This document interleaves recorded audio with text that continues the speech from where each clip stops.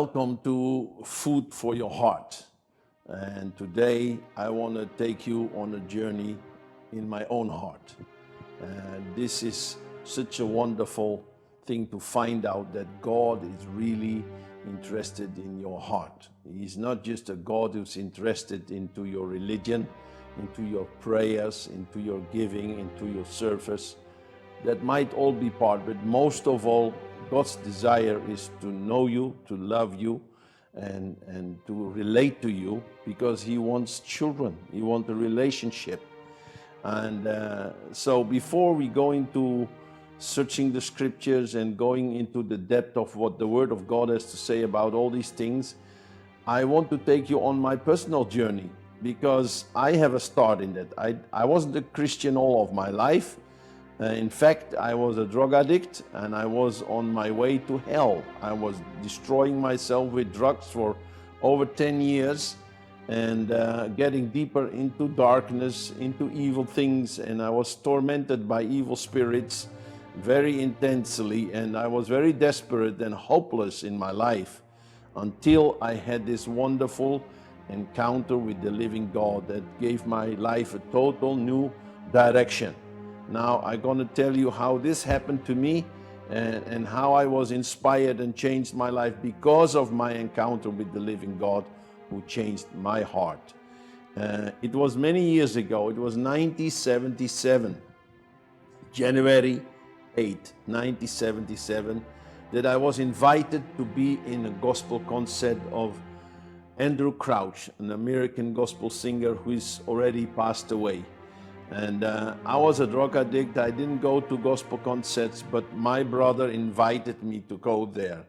And as I went there, you need to know, I was already on a search. I was trying to escape my addiction. I didn't want to use drugs, but I didn't have the power to change myself. In fact, I did hate myself for the way I was living, because I was stealing money to support my addiction, and I was raised with good morals. I can't blame my parents for my bad life. It was my addiction that forced me to do evil things against my own consciousness. So my consciousness was very burdened with guilt and shame for the life I was living, and the inability to stop doing these evil things and to change myself. And I knew from even what I knew about the Bible that I deserved to go to hell, and I was on my way to hell, and I didn't know how to escape all of this, and I didn't know whether God was forgiving me or really loving me. In fact, I feared Him. I feared to face eternal punishment. But as I entered into this concert and the music went on, I had this encounter with Jesus Christ as He appeared to me. And then there were three things He said to me. And these things, I believe, He's also saying to you. Things that changed my life, and I believe can change your life as well. The first thing He said to me, I do not condemn you. From my Christian background in Europe, I thought that God is angry with me, is going to punish me, is going to send me to hell for doing all the evils I was doing. But the first thing He said to me, I do not condemn you. God is not after your condemnation. He wants your salvation. He wants to rescue you and save you from your sin and save you from yourself and save you from all the evils in this world. It was like a man sitting in the death cell waiting for his capital punishment, and then there's a knock on his cell door, and then Jesus is standing there saying, I do not condemn you, you can go free, I pay the price for your sin. I wasn't a man crying, but when He said those things to me, I started to weep like a child. I started to cry because I never knew that God loved me so much, that He cared for me, that He is not after my destruction, but after my salvation. Then the second thing He said to me, that was another amazing thing. He said, I am the one you have always been looking for. I believe that whoever you are, God put something in your heart. This is what the Bible says in Psalm 27, verse 8. It says, when you said, seek my face, my heart said to you, your face, Lord. will I seek? What I believe is that God Himself created us with a receiver. We have, like a radio can receive signals. We have a heart that can receive signals from the spirit realm. And God is broadcasting a signal. It's a universal radio signal coming from the heart of God and speaking right deep down into our heart, in our receiver heart, and saying, seek my face, seek my face. And mankind is seeking, not knowing, not understanding that cry that is inside of them. They're looking for joy, for peace, for fulfillment. They're looking for all kinds of things. Because we don't recognize this is the voice of God. But what He's actually saying is, seek my face. Now that seems very important to understand, and I come back to that. But that is the next thing He said to me. I do not condemn you. The first thing, I am the one you have been looking for. And when I have this encounter with Jesus, that was so amazing. I realized this is what I was looking for. I found what I was looking for. In fact, we have a saying, I found the Lord, we say, but the reality is God was not lost. I was lost. It's not me, I found God. It was God who found me in my desperation. And when I had this encounter, I knew this is what I was looking for. This is the answer to the questions that were burning in my heart, the purpose of my life. Why am I here? What is the purpose of my existence? Is there life after death? Is there a God? Is there a heaven? Is there a hell? Where will I spend eternity? All these questions are somehow deep into the heart of every man and every woman. And then there is this signal from God, seek my face. Because if we find Him, we find answers to all those questions. And then the third thing He said to me, if you put your trust in me, I will make everything new. And I believe God is saying the same thing to you. If you put your trust in Him, that will be food for your heart. You will find a new life. You will find hope. You'll find a future. God loves you. He has a future in mind for you. He created you. He even designed you before the formation of the earth. You were already in His mind, in His heart. He formed you in the womb of your mother. He gave life to you. And He wants you to know your Creator and relate to Him and build an everlasting relationship with Him.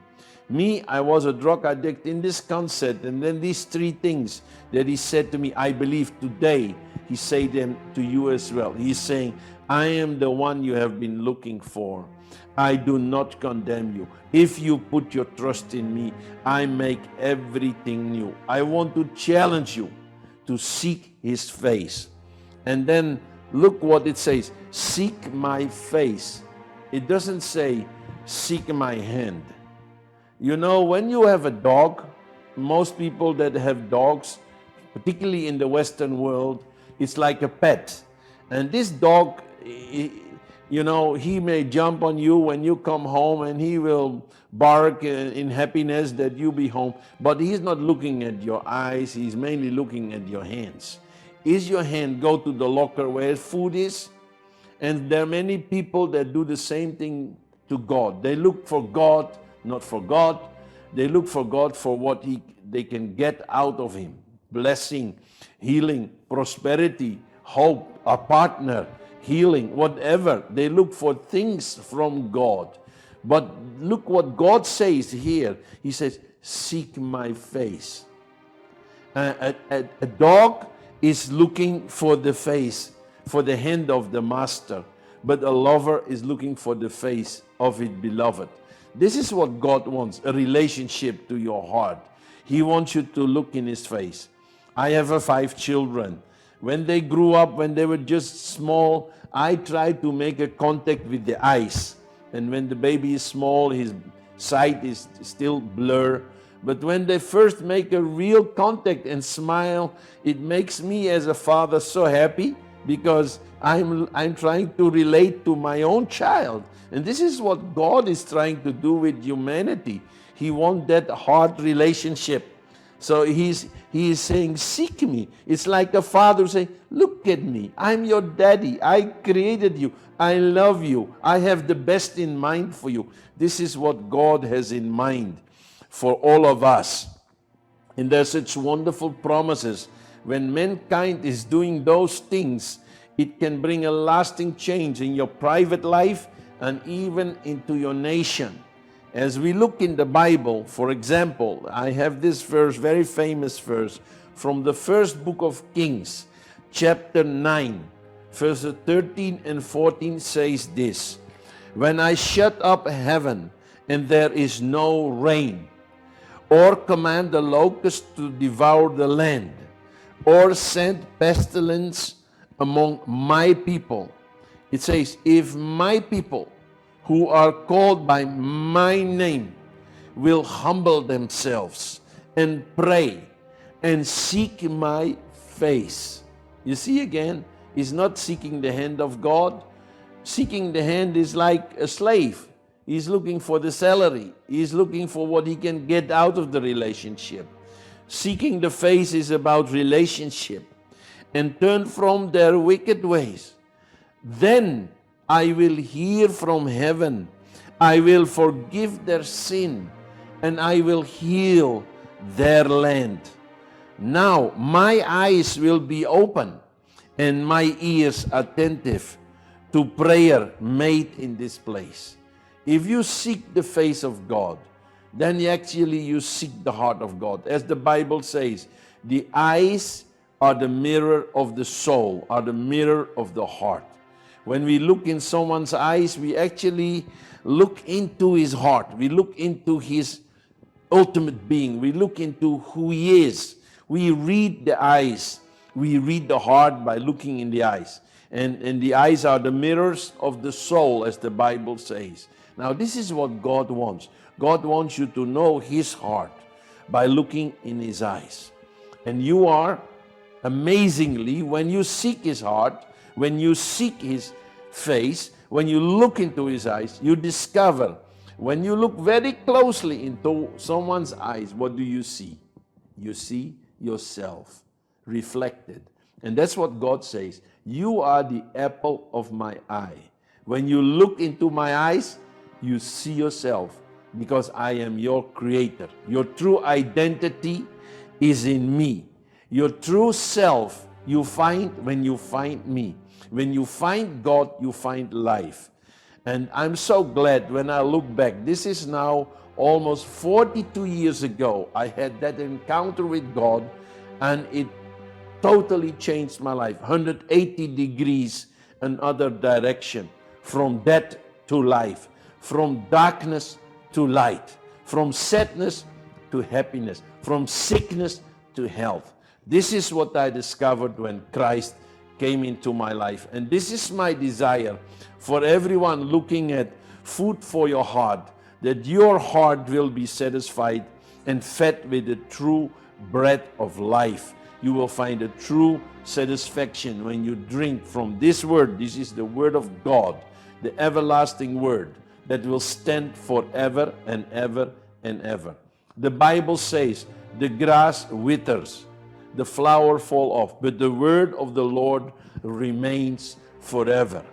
In this world, everything will go to decay. Everything will fall apart sooner or later. Even we grow old and we die. But the word of the Lord remains forever. It's like a rock standing for eternity. If you build your life on that word, you have stability. You have a future. You have a hope for tomorrow. Let's have a break and see you back after the break.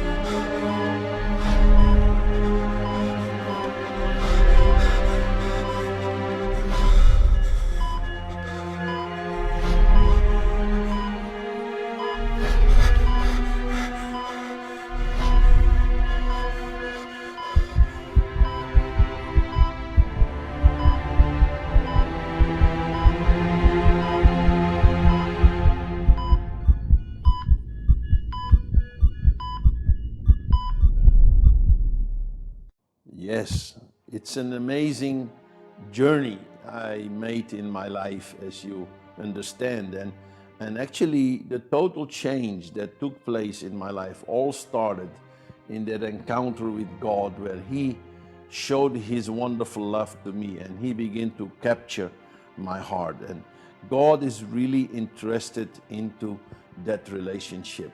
In fact, it may be a shock unto you, but God is not interested in religion. There is a lot of religion that is lifeless. There is no hope in it. You can pray until you weigh an ounce and not make any difference. You can believe, you can bring sacrifices, but God is mostly interested into your heart. He wants a relationship to the heart of men. And that's what really makes life wonderful. I mean, let's face it. What is love without a relationship to the heart? It's not about money. It's not about fame. It's not about fortune. It's not about prosperity. What is prosperity when there is no love? God wants a relationship to your heart. And I took a few scriptures showing these wonderful truths. In the second book of Kings, chapter 10, verse 15, there is a man called Jehu, and one day he was riding his chariot, and then Jonadab is another guy who was jumping in his chariot, and then he said this, "Is your heart rightly committed to me as my heart is toward your heart?" He was asking for the heart. Is your heart committed? It doesn't matter. People can pretend things. You can play games, you can play religious games, but what really matters is your heart involved in that? And his answer was positive in this story. And then in the book of Proverbs, chapter 23, verse 26, the Bible says, "My son, give me your heart, and let your eyes observe my ways." Give me your heart is what God says. He doesn't say, give me your money, give me your service, give me your time, give me your religion. He says, give me your heart. That is what really, really counts in a true relationship with God. In fact, maybe you have never looked at it this way, but a true religion is not a religion, it's a relationship. It is a connection in the level of the heart. And here, Deuteronomy chapter 4, verse 29 says, "But from there you will seek the Lord your God, and you will find Him, if you seek Him with all your heart and with all your soul." If you didn't find God, you have to raise that same question to yourself. Were you looking for Him with all of your heart? Were you seeking for Him? This is the first commandment in the Bible. Love the Lord your God with all of your heart. So God's first commandment is not build churches, cast out demons, preach the gospel, raise the dead, do miracles, be religious, go to church, pray your prayers, bring your sacrifices. The first thing is to love God. That is what God wants. But how can you love a person that you do not know? You first need to know the person before you can love him. Now you're looking at this program. This is the first program in the series we do about food for your heart. You may begin to like me or not like me, but before you saw this program, most of you didn't love me simply because you never knew me. You've never seen me before. But once you begin to see me and to hear my heartbeat and to understand my drives, you may begin to fall in love. The same thing happened when we read the Word of God and open our hearts and pray to God. He may begin to show us things, and He begin to show His love to us and His compassion and His love, His infinite love and His sacrifices. And the more, and I'm a Christian now for 42 years, and I'm still studying the book of God, and I fall in love more and more and more because I see the heart of God in His book. I mean, this is His love letter to us. I begin to understand Him better than ever before, and knowing God is life eternal. And this is what God wants. He's not interested in religion. He wants a real relationship. And it says in Deuteronomy 6 verse 5, You shall love the Lord your God. It doesn't say you shall serve the Lord your God. You shall love the Lord your God with all your heart, all your soul, all your strength, all your might, all that is within you, and your neighbor as yourself. That is something amazing, that God is connecting these three things, and the Bible says this is the fulfillment of the whole law.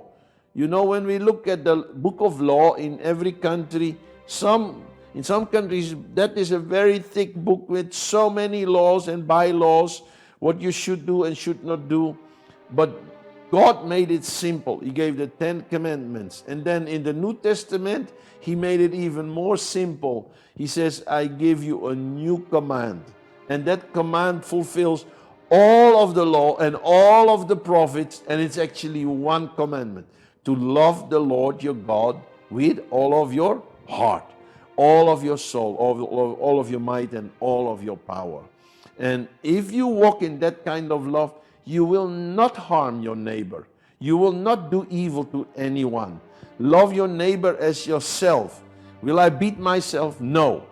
Then if I love my neighbor of myself, I will not beat my neighbor. If I love myself, I will take good care of myself.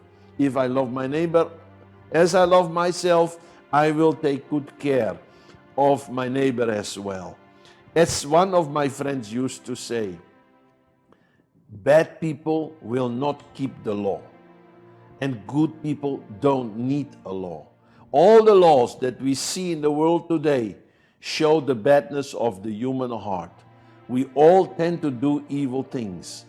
We cannot help it. That is the world we live in. That's why we all need a Savior.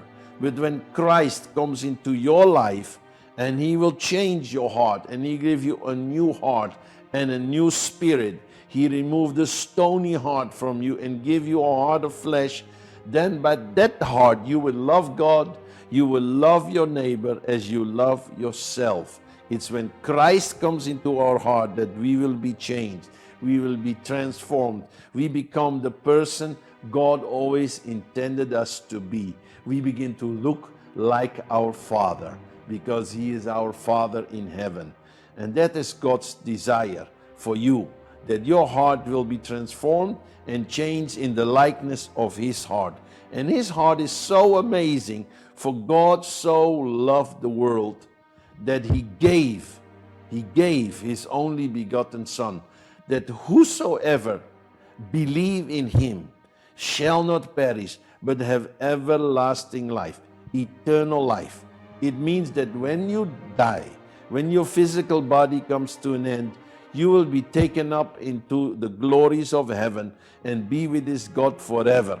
But that eternal life doesn't start when you die. It starts already now and here, if you receive Christ as your Savior. When you receive Him into your heart, He will transform your heart as He transformed my heart.